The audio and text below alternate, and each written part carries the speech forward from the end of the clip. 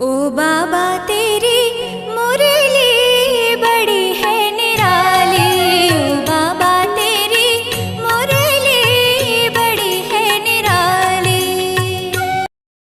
मीठे बच्चे, निश्चय करो कि हम आत्मा हैं। यह हमारा शरीर है, इसमें साक्षात्कार की कोई बात नहीं। आत्मा का साक्षात्कार भी हो तो समझ नहीं सकेंगे। प्रश्न, बाप की किस श्रीमत पर चलने से गर्भ जल की सजाओं से छूट सकते हैं? उत्तर, बाप की श्रीमत है बच्चे नष्ट मुहा बनो, एक बाप दूसरा न कोई।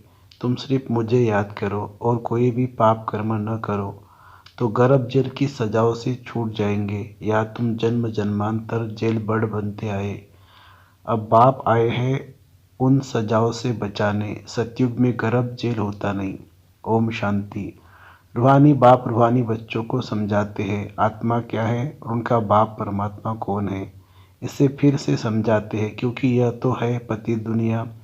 पतित हमेशा बेसमझ होते हैं, पावन दुनिया बेसमझदार होती है। भारत पावन दुनिया अर्थात देवी देवताओं का राज्य था। इन लक्ष्मी नारायण का राज्य था। बड़े धनवान सुखी थे, परंतु भारतवासी इन बातों को समझते नहीं हैं। बाप परमपिता अथवा रचता को ही नहीं जानते। मनुष्य ही जान सकते हैं, जानवर तो नहीं जानेंगे ना। याद भी करते हैं, हे परमपिता परमात्मा, वह पारलौकिक फादर है। आत्मा याद करती है अपने परमपिता परमात्मा को।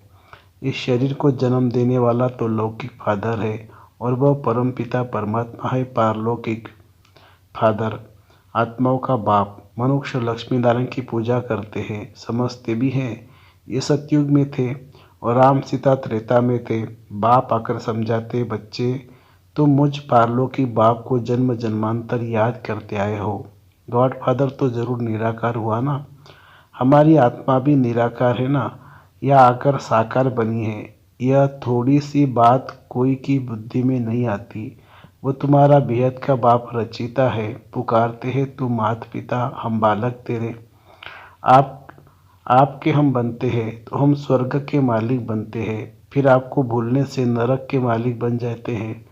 अभी वह बाप इन द्वारा बैठ समझाते हैं, मैं रचिता हूँ, ये मेरी रचना है जिसका राज तुमको समझाता हूँ।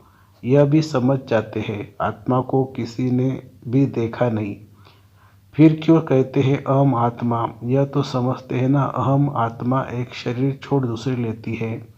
महान आत्मा पुण्य आत्मा कहते हैं ना। निश्चय करते हैं हम आत्मा हैं, यह हमारा शरीर है। शरीर विनाशी है, आत्मा अविनाशी है। उस परमपिता परमात्मा की संतान है। कितनी सहज बातें हैं, परंतु अच्छे अच्छे बुद्धिमान समझ नहीं सकते। माया ने बुद्धि का ताला लगा दिया है। तुमको अपनी आत्मा का ही साक्षात्कार नहीं होता है। आत्मा ही अनेक जन्म लेती है ना, हर जन्म में बाप बदलता जाता है। तुम अपने को आत्मा निश्चय करो। तुम अपने को आत्मा निश्चय क्यों नहीं करते हो? कहते हैं आत्मा का साक्षात्कार हो। अरे इतने जन्म कोई को बोला था क्या कि आत्मा का साक्षात्कार हो? कोई कोई को आत्मा का साक्षात्कार होता भी है, परंतु समझ नहीं सकते। बाप को तुम जानते नहीं। बेहद के बाप बिगर आत्मा को परमात्मा का साक्षात्कार भी कोई करा नहीं सकता। कहते हैं हे भगवान, तो बाप हुआ ना, तुमको दो बाप है। एक तो है विनाशी शरीर को जन्म देने वाला विनाशी बाप, दूसरा है अविनाशी आत्माओं का अविनाशी बाप। तुम गाते हो, तुम माता पिता हम बालक तेरे, उनको याद करते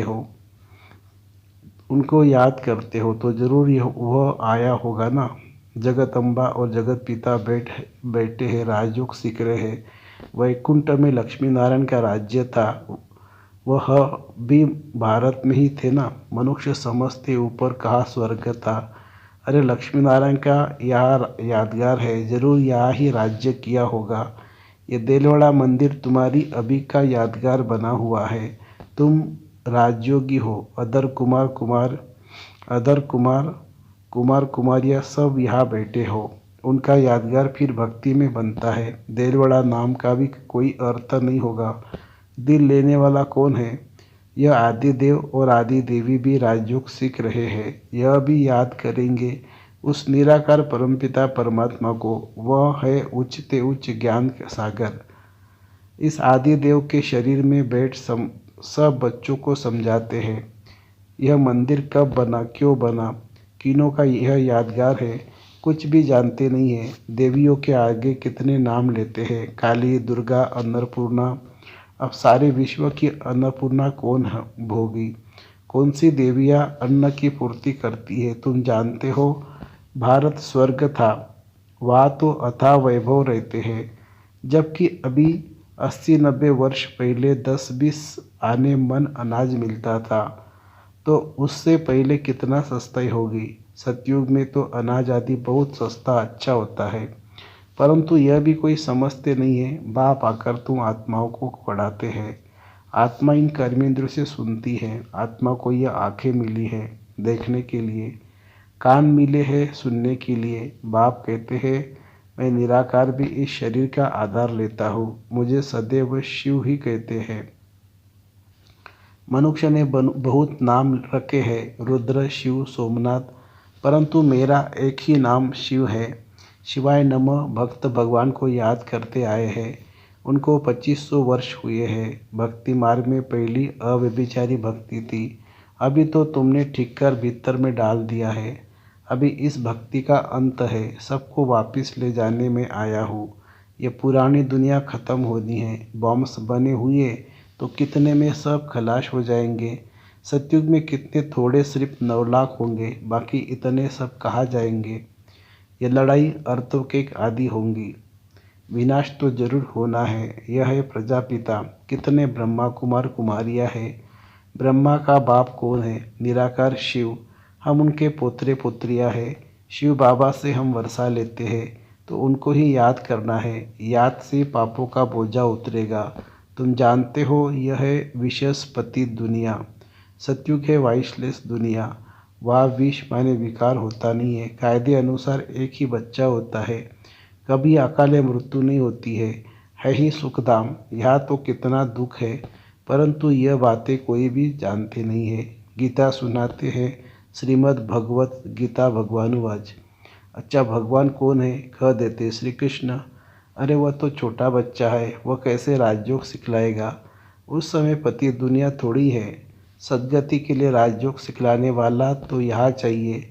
गीता में लिखा हुआ भी है, रुद्र गीता ज्ञान यज्ञ। श्री कृष्ण गीता ज्ञान यज्ञ तो है नहीं। यह ज्ञान यज्ञ कितने वर्षों से चलता आ रहा है। इनकी समाप्ति कब होगी? जब सारी सृष्टि इसमें स्वाहा होगी। यज्ञ जब समाप्त होता है तो उसमें सब कुछ स्वाहा करते हैं ना। यह यज्ञ भी अंत तक चलता रहेगा। यह पुरानी दुनिया खत्म होने वाली है। बाप कहते हैं मैं कालों का काल हूँ, सबको लेने के लिए आया हूँ। तुमको पढ़ा रहा हूँ कि तुम स्वर्ग के मालिक बनो। तुम जानते हो इस समय सभी मनुष्य मात्र है सदा दुर्भाग्यशाली, सतयुग में थे सदा सौभाग्यशाली। यह फर्क सबको समझाना है। यहाँ आते हैं तो अच्छी रीति समझते हैं, फिर घर जाते हैं तो सब खलाश हो जाता है। जैसे गर्भ जल में अनजान वायदा कर आते हैं हम पाप नहीं करेंगे, बाहर निकलते हैं तो फिर पाप करने लग पड़ते हैं। तो जेल बर्ड होते हैं ना। इस समय जो भी मनुष्य मात्र है सब जेल बर्ड है। घड़ी घड़ी गर्भ जेल में जाकर सजाए खाते हैं। बाप कहते हैं अभी तुमको गर्भ जेल बर्ड बनने से छुड़ाते हैं। सतयुग में गर्भ को जेल नहीं कहेंगे। तुमको इन सजाओं से बचाने आया हूँ।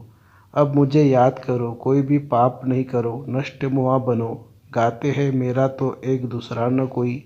ये कोई श्री कृष्ण की बात नहीं है। श्री कृष्ण तो 84 जन्म ले अब आकर ब्रह्मा बना है, वही श्री कृष्ण बनता है। इसलिए इस शरीर में ही प्रवेश किया है। ये बना बनाया ड्रामा है। अभी भगवान ये सूर्यवंशी चंद्रवंशी राजधानी स्थापन कर रहे हैं। तुम्हारी भविष्य के लिए प्रारब्ध बनाते हैं। अभी तुम पुरुषार्थ कर अनेक जन्मों की प्रारब्ध बना रहे हो। बेहद के बाप द्वारा, जो बाप स्वर्ग का रचिता है, ये बातें समझने की है। ड्रामा में हर एक एक्टर का अपना अपना पार्ट है। इसमें हम क्यों रोए पीटे। हम जीते जी उस एक बाप को याद करते हैं। इस शरीर को भी हमको परवाह नहीं है, इस शरीर की भी हमको परवाह नहीं है। ये पुराना शरीर छूटे और हम बाबा के पास जाए।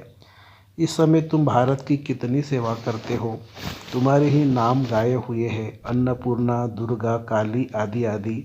बाकी काली कोई ऐसी भयानक भक्त शक्कर वाली नहीं, वह गणेश सूंड वाला थोड़ी होता है। मनुष्य तो मनुष्य ही होते हैं।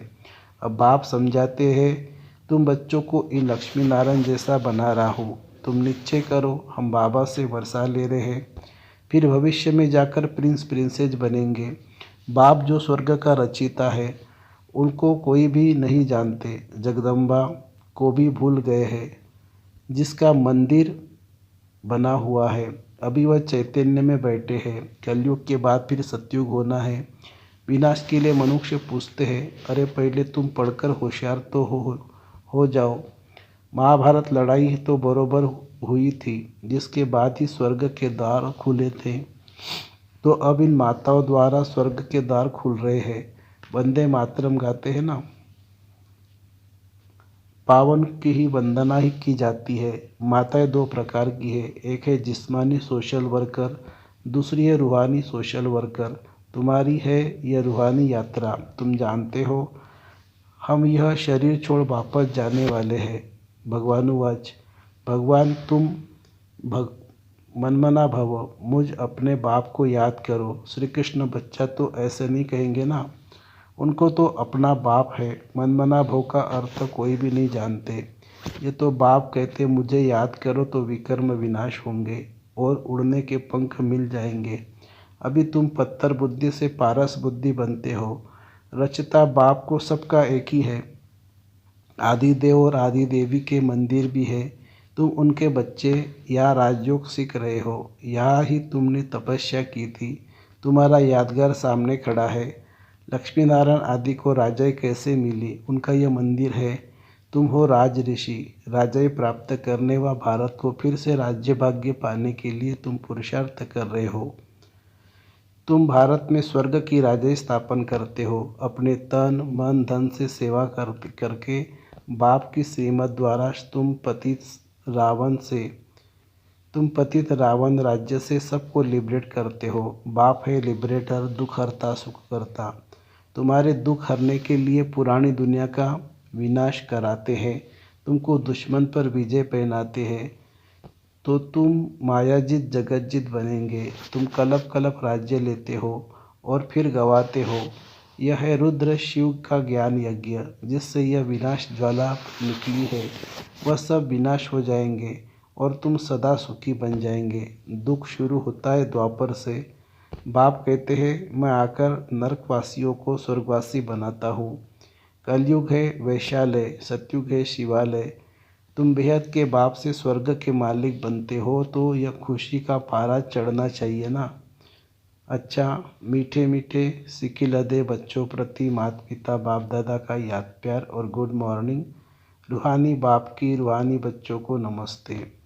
हम रूहानी बच्चों की रूहानी माता पिता बाप दादा को याद प्यार, गुड मॉर्निंग और नमस्ते बाबा नमस्ते। धारणा के लिए मुख्य सार, जीते जी बाप को याद कर वर्षे का अधिकारी लेना है। किसी भी बात की परवाह नहीं करनी है। दूसरी पॉइंट, श्रीमत पर अपने तन मन धन से भारत को स्वर्ग बनाने की सेवा करनी है और सबको रावण से लिबरेट होने की युक्ति बतानी है। वरदान, योग ज्वाला द्वारा विश्व के कीचड़े को भस्म करने वाले विश्व परिवर्तक भव। योग ज्वाला अर्थात श्रेष्ठ संकल्पों की शक्ति व लगन की अग्नि द्वारा अपवित्रता रूपी कीचड़े को भस्म कर सकते हो। जैसे देवियों के यादगार में दिखाते हैं कि ज्वाला से आसुरी शक्तियों को खत्म कर दिया। यह यादगार अभी का है, तो पहले ज्वाला रूप आसुरी संस्कार स्वभाव सब कुछ भस्म कर संपूर्ण पावन बनो। तब योग और पवित्रता की ज्वाला से विश्व के कीचड़े को भस्म कर विश्व परिवर्तन के निमित्त बनेंगे। स्लोगन है, आज्ञाकारी वह है जो मनमत परमत से मुक्त रह सदा श्रीमत पर चलता है। आज्ञाकारी वह है जो मनमत परमत से मुक्त रह सदा श्रीमत पर चलता है। अच्छा, ओम शांति।